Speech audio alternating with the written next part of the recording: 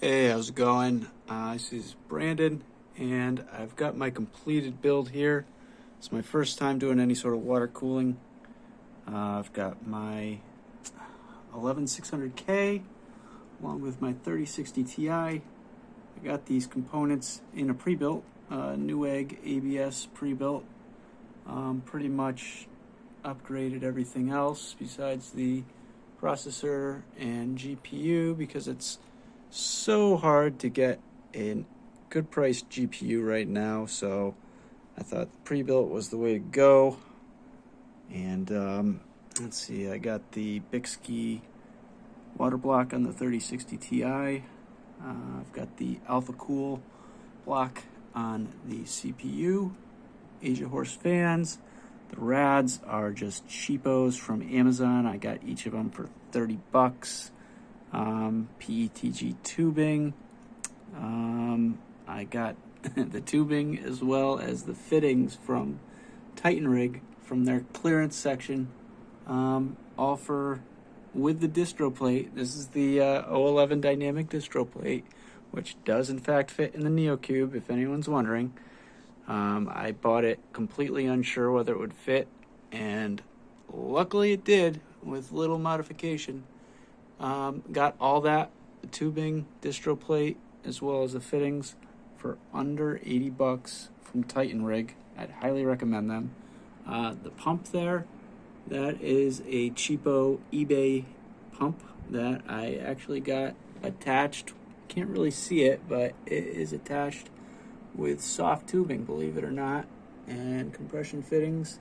Attaches to the distro plate, works flawlessly, super quiet. Haven't had any issues with the pump, hoping it doesn't die on me. Got that for 20 something bucks on eBay. So altogether, I didn't spend a whole lot on this thing. It looks pretty premium.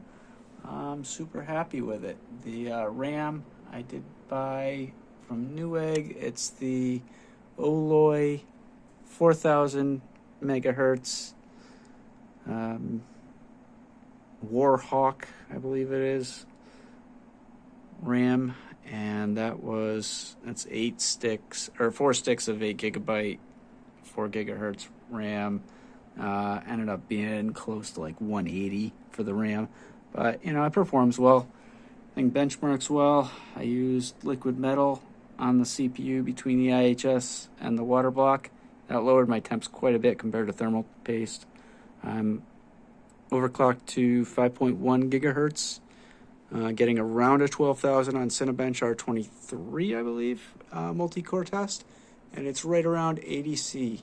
I did have to undervolt or use the negative voltage offset in order to get the overclock that high, because it wanted to consume close to 1.6 volts, which isn't good. So right now it's right around like 1.45 volts, which is still pretty high, but doesn't get super hot. So yeah, I'm happy with it. 3060 Ti does really well with gaming at 1440p. Get around 60 frames per second on high-end games, Cyberpunk. I just got like the Quest 2. It runs games in VR super well. I do use the DLSS from time to time. Ray tracing performance is pretty dang good for the price. Overall, pretty happy with this purchase, this build.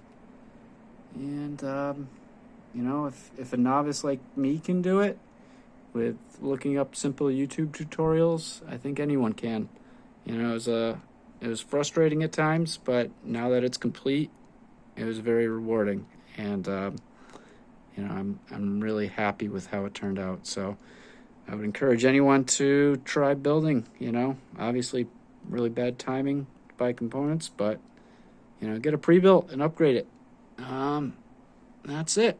Have a fantabulous day.